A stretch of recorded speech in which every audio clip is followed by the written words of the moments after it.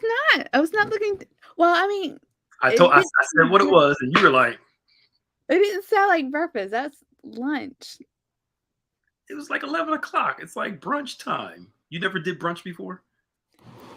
No, I do breakfast or You lunch. never had you never had brunch before? Well, when I get brunch, I just eat breakfast foods. It's not like Hello, it's the same thing. It's brunch is a mixture. People eat fried chicken and eggs for brunch. You don't like fried chicken? now. Come on now. Of course, I like fried chicken, Do you like but eggs? not for breakfast. It's chicken and waffles. It's a staple. I'm sure. Have you ever tried it before? Yeah, I've had it before. What, chicken and waffles or fried chicken and eggs? I've had chicken and waffles before. And chicken and egg, chicken fries and chicken is the same thing. Good morning, Barbara. Hi, y'all. I'm We're, sure. Good we're on to morning. we're on to our normal arguing intermission. Good afternoon, Um, everybody. I'm just a breakfast person, a lunch person, and a dinner person. Have you And ever then, had breakfast for dinner? yeah, I have I was about to on say that's special the black occasions, but like in a black family. That's normal. You'll have breakfast for dinner. pull out the Basically, cereal. basically, they don't feel like cooking regular dinner, so they make you eggs and bacon for dinner. That still works. You still gotta clean up after it. So But yeah, but it's easier to cook compared to a bunch of other stuff. yeah. Good afternoon, everybody. Welcome to Maximize Monday. Hi, Keisha. Hope you all are doing well today as I sip my cup of coffee. Pumpkin spice season is back. I looked in the store. I was like, "Yo, pumpkin spice!" I know. That's how I felt about candy corn. Mm, hey, Keisha. Hey, Barbara. Hi, Um, Keisha. if you're watching us wherever you are, if shout us out. Let us know who's watching. Again, we can't see who's watching unless you comment. Just comment. Let us know who's watching. We'd love to shout you out. And yeah, I'm excited. Pumpkin spice season is back. It used to start in September, I guess, because of the way things are. They're starting everything so early. Yeah. You didn't really hear much about candy corn in August. It was right September. This is the first time I've seen it this early, but I also heard that there's going to be a shortage Mhm. for like Wait, Halloween candy this year. mhm. So I wonder if they're just, you know, Yeah, getting them out and out the way. they claim there's a shortage, so everybody can go out and buy them. Yeah. Come on, Lindsay, join in the fun. Don't wait till next week. Now's the time. It's some pumpkin spice donuts. Uh, Those are good. yeah, other stuff. Hey, everybody. What's up, Keefe? Hey, Lindsay. How are you? Lindsay, I'm almost done. The book. Hey, Tiff. Hi, Keisha.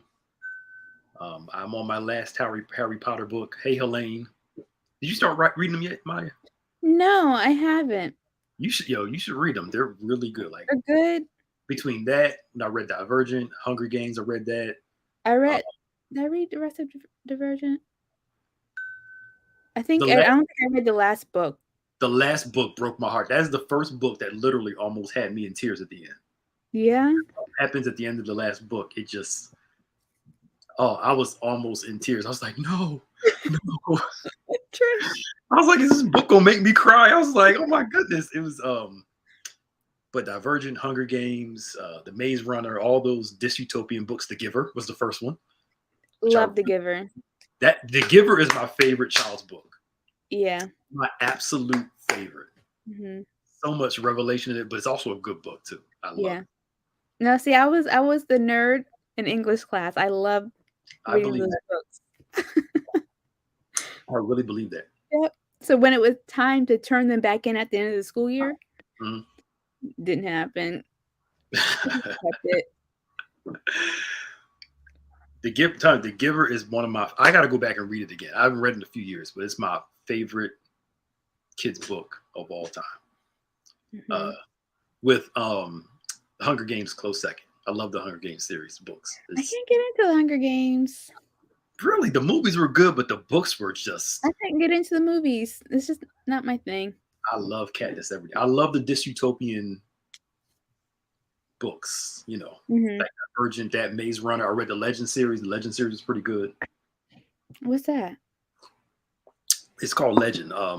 It's been a while since I read. I can't remember the guy's name, but it's one of those dystopian series where in the Is future. that what the Will Smith movie No, is no, no, based no, not I Am Legend. It's it's a book series called Legend. on? It fit out. I didn't know.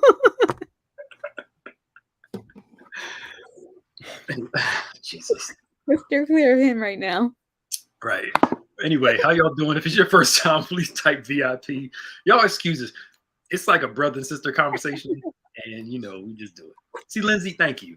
I'm telling you, we're going to start a book club, and we're going to read through some good books. I just need some people. I want to do a theology book club, but also like a regular book club. Mm-hmm. Ava, shut up. The theology book club, we read some real heavy theological books. The other one, just some fun stuff, fun reading. Yeah. And anywho, welcome everybody to Maximize Monday. Let's get to the spiritual stuff, and we hope that everybody's well today. Wrap it up, and we can talk and hit it up. Funnel cake is this coming Friday. Go ahead, Maya, put it up. Oh, sorry. I'm like, where are you going? Like,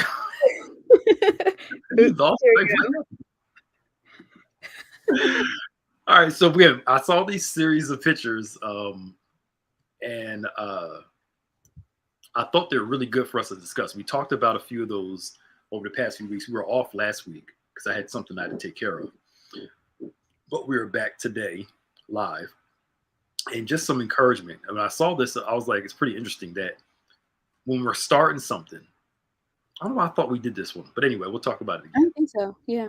I don't remember. Don't ask me. We start something, it seems so huge and something that's beyond our capability. Mm-hmm. And we often allow the appearance of the thing, or our perception of that thing cause us to shrink back from it. But the more you do it, the more you recognize that you can do it. Yeah. Right? And then eventually, when you look back on it, you realize it wasn't as hard as you thought it was. Right. They say, this saying, how do you eat an elephant? One bite at a time. The problem that people have when they're trying to do big things, they're looking at the whole thing, which you're supposed to assess the whole thing. Don't get me wrong. Mm-hmm. But don't realize that you break it up and you do part at a time, part of the time, part of the time. Yeah. Which makes it easier for you to do until eventually all those small parts add up to the whole thing. So I'll take this for example. Some people, they say they don't like to read or they're not good readers. Why don't you start off with reading 3 pages a day? And then eventually you'll find yourself reading. You'll kind of get into it. Right. 5. You get into it. So people say like, this book is long. It's 800 pages. Well, let's break it down. Mm-hmm. If you read 10 pages a day, that's 80 days right there. That is 30, 60. That's 2 months and some change, right?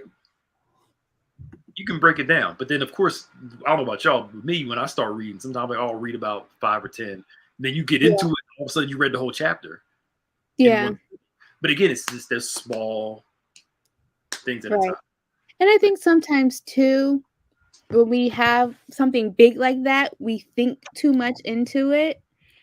So we kind of psych ourselves out of it. Oh my gosh, it's so much. Or if I read, like you said, 30 pages a day or 80 pages a day, I think sometimes that can be overwhelming. Sometimes you just got to do it. And like you said, so you get into it. Like, oh, this is actually good. And then you're reading even more than what you anticipated, but you just got to start. Yeah. Like a business. I don't have the money to start this business, or I don't have the expertise. Well, why don't we start with some research? Take it one bite at a time. You have a passion for it, but you don't know how to do it. Research. Mm-hmm. Go talk to people that are doing what you want to do. That's eating it one bite at a time. I think our problem is this. We want to go from idea to execution all in one moment. Mm-hmm. And that's not how it works. I mean, you've been through this stuff. We get this idea and we just want to jump to the end where it's like, no, let's take it apart. Yeah. How? Well, I know you were like step A, step Yeah, A, connect the dots. two, A3, A4, B, B1, B2. But No. In every step, yes. right, every step is ironed out, not recognized. Look, it just takes. Just here it is. Take a step. Mhm. It's like working out too. You don't Mhm. like working out. You kind of start off 10 pounds. 10 pounds Mhm. become easy. 20 pounds. Eventually, 20 pounds becomes 30. And you just keep building until what was a struggle now becomes your norm. Yeah. I don't think we Like were no muscle. right there. I don't think we learn how to endure and keep moving until something that used to be a difficult thing becomes something that's just everyday for us. Yeah. Yeah. I don't know, I think if it were meant to be easy, then everybody would be doing it. It's that's not the purpose of it. Mhm. It's the, continuing the keep on doing it and learning and all that goes into it that makes it what it is, Yeah. right? So, I don't know, it's the journey. Yeah, it is. And I think like I look at my kids. This is gonna be funny for you too, but they have they're kind of growing out of their well, not so too much, their finicky eating stage. Mhm. Um, it looks nasty. It doesn't sound right. Have you eaten? No, I haven't eaten before, but it just looks gross. And so I remember I was eating a peach, and this is my son was younger, and he's looking like, yeah, I don't want it. It's I'm like, gross. Yeah. I'm like, you'll like it. I'm like, I know him. He likes fruit. I'm Uh-huh. like, you're a kid. You like kids love sugar. You'll Mhm. like it. So um, brought this little piece off. This was safe, y'all. Little piece off, and I said something to him. And when he opened his mouth to respond, I flicked it right in his Oh, like right there no. in the tip, not down his throat, Oh, but like baby. right. And when he put it in his mouth, it hit his tongue. He was like, and started showing up. Like, you want some more? He's like, yes. I said, hey, Uh-huh. see, Yep. I was like, I know you. You're going to like this. But it Mhm. started off with just something that small, and Yep. eventually his taste started to expand to liking Mhm. more of it. But again, we're looking at the whole thing rather than let me just try a Yeah. little taste, Mhm. little experience, and let that develop into something else. Yep. A lot of it is just our minds and our own perceptions getting in the way because we don't like to think of ourselves as giants, you know? So we just think everything is just too big or it's too much or impossible. But like you said, when you narrow it down and seeing what you can do or even what you can get help with, you're just taking it, chunk by chunk before you're getting there. Yeah. So it's that you look at the boulder. I can't do this. But eventually, the more you do it, the stronger you get. The more you do it, the better you get at it. I wonder why we have this notion of, um, yeah, just why we have this notion of I got to be great at it in the beginning, rather than Mhm. going through the phase of I'm really going to suck at this for a while. I'm not going to be good at it, but the more I practice it, the better I can get at it. Do you think we think, as the Bible says, we think too highly of ourselves? Where Yeah. where where it's okay to be bad at something. Mhm. No It's one like, likes to admit to that. but if you've never done it before, of course you're gonna be bad at it. I mean, Yeah. it's a part of the nature. It's you. I think what we do it with celebrities. We think that a person we admire has always been like that until you talk to them and they tell you, "I was horrible when I first started at this. Mhm. What I was doing, I was flimsy, flimsy. I don't know. I can't talk today. Um, you know, It was that brunch. but no, don't blame the brunch. Or whatever. But Yeah. I think it's okay. I think when you see that you can be better at something, it's okay to go through that phase of I'm not going to be good at this, Mhm. and it doesn't diminish you that you're not going to be good at a thing in the beginning. It's just if you've never done it, Yeah. That's interesting. And I think too, like, we like, the idea of being gifted or talented where it just comes easy, right? That we forget that there is still work that needs to be put into things. Yeah. Let me ask you this question, then. I'm glad you brought that up. That's a good thought. We think because somebody's gifted at a thing, it's actually Mhm, easy for them to do. mhm. But any person that I know, if they're gifted at something, they make it look easy more than it Right, actually is easy. right. I think the difference is your confidence grows, your ability grows, your technique grows. Mhm. And as your confidence grows, you make it look easier than what it actually is. Because again, the difficult becomes your norm. Right. Like people say, I don't never see you guys so nervous when you teach or preach. Trust me, there's nerves there. Mhm. We've grown to the place to manage those nerves where it doesn't affect what Right, we do. And when you've done right. it enough times, you kind of get used to overcoming the nerves, but it doesn't eliminate Mhm. the nerves and the fears occasionally. And, And the pain, 'cause, thinking about, like, I don't know, ballerinas, like, their feet are jacked up, they're in pain all the time, but they make it look so effortless and Mhm. graceful and everything, so, that's another piece of it too that we forget about. Yeah, that is difficult. Like Mhm, when you all talk, like I love technology, but I don't like all the process of technology. So when mhm. people talk to me about editing videos and editing sound and all that comes into sound checks and all this stuff, I'm like, I'm overwhelmed. This is too Uh-huh. much. And they're like, well, this video, it worked out great, but it took me 4 hours to do it. And I'm like, 4 hours? 4 hours is great.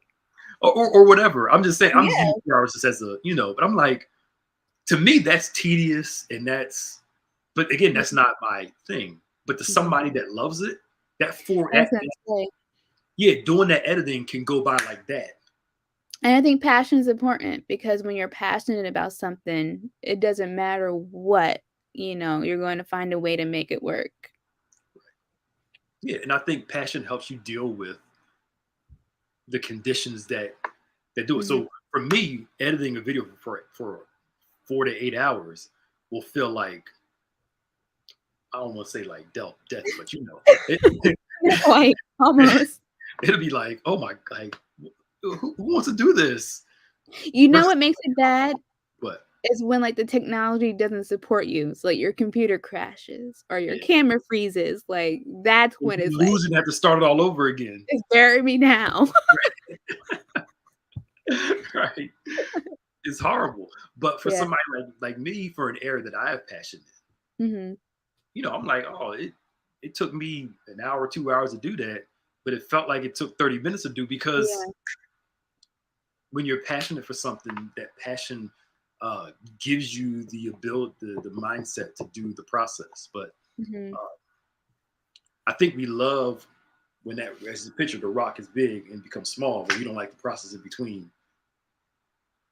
Yeah. It's all a part of the journey. It is, and you can't have one without the other. You have to go through all the little minute things before you can get to the big things that we all appreciate. You're basically talking about patience, Yep. which is a hard thing for many people because we want everything microwaved. We want The it way done. we want it. I, Yeah. I think part of it is people give the illusion that everything's done overnight. Mhm. But the crazy thing is that, well, I get it. We're raising people in an environment of convenience, Mhm. and where you can get everything fast. Uh, I remember like going to restaurants, and I'm like, if you order this steak from this place, it's going to be out in 20 minutes, Mhm. if that. Probably or probably shorter than that. Mhm. If you order a steak from this place, it's going to take a little longer. Yeah. But look at the quality of what you're getting in turn. Mhm. But again, it's like you go to McDonald's, your hamburger's out there in what, less than 5 minutes, if that. Right. You go somewhere else, order a hamburger, it's going to take them a little while to prep it, get it right, season right, but the taste is Mhm. dramatically different. Yep. But we're in that thing. I gotta have it now. It's gotta be quick, Yeah. and if it's Yeah. not quick, I don't want it. Yeah. I think that, and I think sometimes too, it's hard to bounce back when things don't go to plan. So bounce back and go to plan B. Okay, if this doesn't work, let me try this. I think sometimes it's hard to accept that. Elaborate. No, I'm just thinking, fine. I think sometimes, like, and I'll just speak for myself. I'm a planner. I like to chart out, how I like things to go. And when things don't go that way, it's easy to think, oh, this isn't going to work. When that's not the case, you just need to go a different route. Yeah, yeah. Rather than give up, it's not working. Mm-hmm. How can I make this work? Yeah. You know, now that you brought it up, I can see why some people succeed and others don't. Mm-hmm. It's not that people are gifted, more gifted than others. Some people are just more determined than other people. Mm-hmm.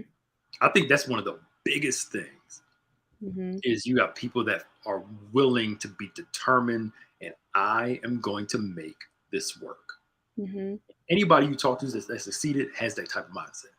Now Mm-hmm. they don't have moments where they feel like giving up or rush. They have a moment where they quit, but they kind of get back in the Right. swing. I know you know it. I know people who are way more gifted than some other people, Mm-hmm. but they lack the determination and the drive. And then people that are less gifted go further Mm-hmm. because they have the drive, their determination, they have the tenacity. There are a lot of, I mean, think about it. Yeah. The biggest musical artists out there aren't the best singers. Nope. The best singer out there is probably somewhere in the storefront or somewhere where nobody ever, they may be singing in the club somewhere locally, but nobody knows who they are. Yeah. And not because of the chart, it could be other factors, but you get what I'm saying. Mm-hmm. Having a lot of gifts doesn't mean you're going to make it. Yeah. There's other factors in place. Yeah. You have to be persistent. It just takes one opportunity to open the door to something greater. But if you give up, you're not going to get there. Mm-hmm. I mean, you watch Dreamgirls, right? Well, of course you do. You like Mm. music. Now I'm going to have the whole soundtrack playing in my head today. I mean, Thank you. this is not shade at all. This is just a lot of people said this is no shade at all. Mm-hmm. Jennifer Hudson outsang everybody in that movie. She did. Everybody in that movie. Everybody. The singer's more popular than her for whatever reason. Yeah. Because it's not about just how good you sound. It's Right. other factors that people play into it, whether that's fair or not. So I'm not talking about why. I don't know why. It's not my business. I don't care really. But you get what I'm saying. I hear you. Being able to do something better than somebody else doesn't mean that, Mm-hmm. it's there. Yeah. And that's no shade to anybody, her or anybody else. It's just stating the reality. That's true. But I think that's what we do. We compare ourselves to other people instead of just being ourselves and being unique to ourselves. And that, for me, is what I think makes you stand out. Just thinking about calendars. There's 18,000 billion trillion calendars out there. Why would I want to make a calendar? But if I put my own spin on it, someone likes it, it expands, it becomes a multi-billion-dollar industry, So Yeah. it's you that makes what you're doing special. Yes. True. Because you put your little flavor on it. Yeah. Mhm. And you're right. Waiting can, Lindsay, you're right. Waiting can make you feel vulnerable and insecure. And part of that, that insecure, vulnerable stage, it almost feels like you're undressed, if I can say it like that. Mhm. And there's always that in between. It's like if you either lose weight or gain weight. You're in Mhm. between clothes. You never feel comfortable in them. Mhm. It's like you're afraid of something new because but you don't want to get rid of your old stuff. So you got something just for that in between, and Yep. it never makes you feel quite right because it's transitional. Mhm. Uh, but it's on the road to hopefully something more productive and better. But there's Yeah, usually something in that vulnerable stage that God's trying to teach us. exactly.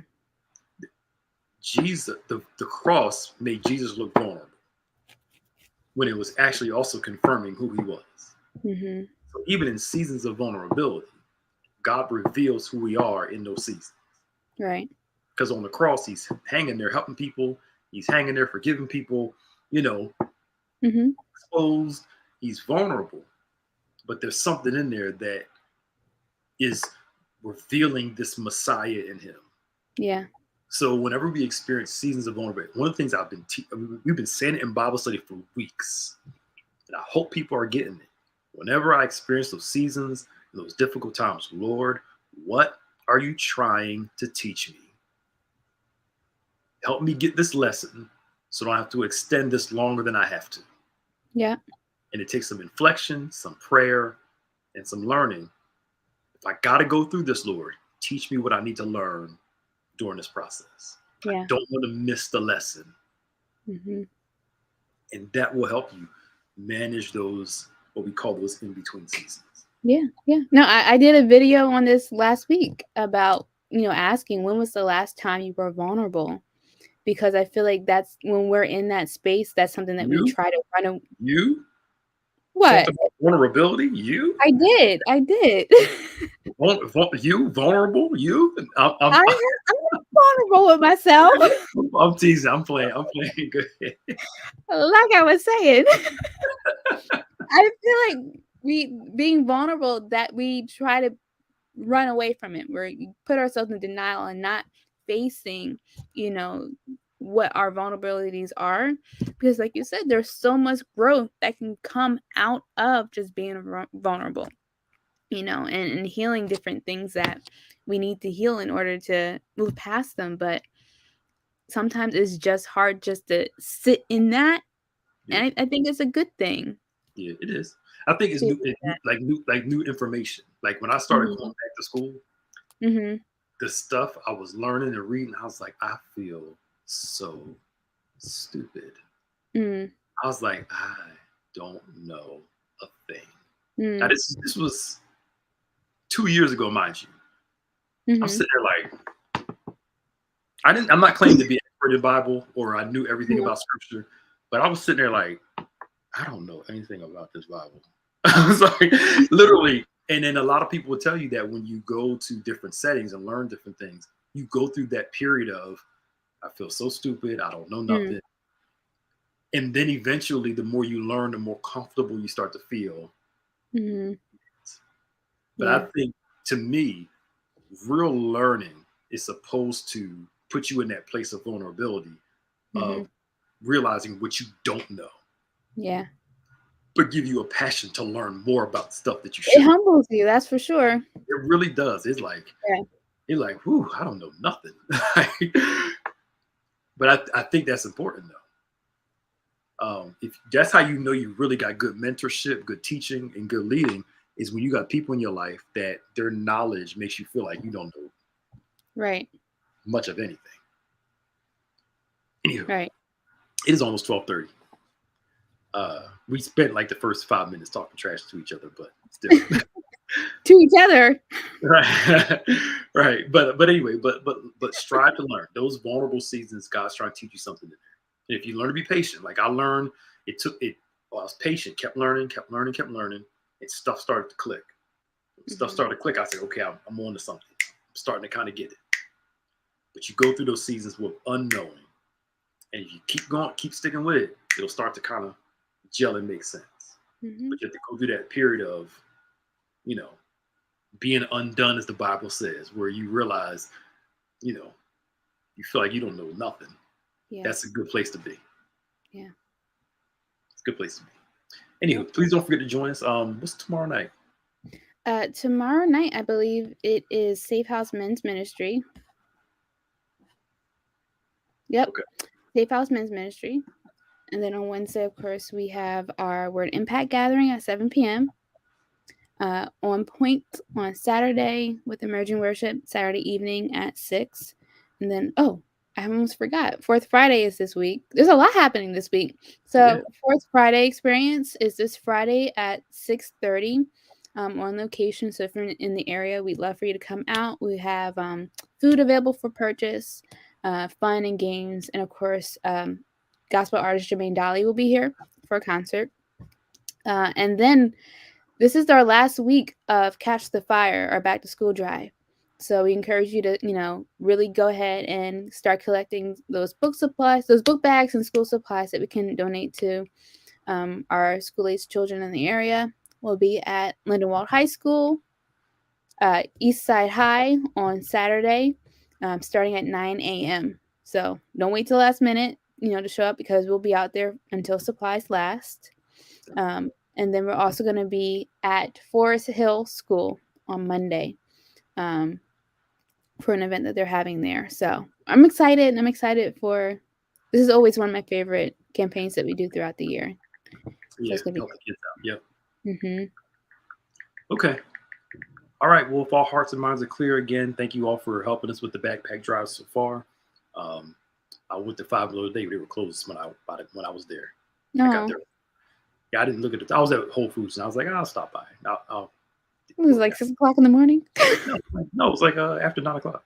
Oh, same difference. They open at 10. Oh, I'm an early riser, so I know you like to sleep till like noon. Yeah, it's always the right time to sleep. Yeah, whatever. Had some kids and change everything up. Yeah, right. All right. You keep saying that. I believe you. Yeah. All right, y'all. We'll see y'all later. Bye. Bye.